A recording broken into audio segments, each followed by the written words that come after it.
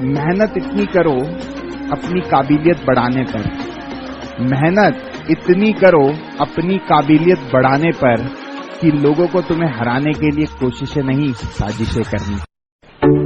कि नजर नहीं है नजारों की बात करते हैं, जमी पे चांद सितारों की बात करते हैं। वो हाथ जोड़ के बस्ती को लूटने वाले खड़ी सभा में सुधारों की बात करते हैं। कि कुछ हो ना हो जिंदगी में ऐसे दो दोस्त जरूर बनाना, एक गन की तरह जो आपके लिए तब भी लड़े जब आपकी हार सामने दिखे, और दूसरा साक्षात भगवान कृष्ण के तरह जो आपके लिए लड़े भी नहीं पर आपकी जीत सुनिश्चित कर दे।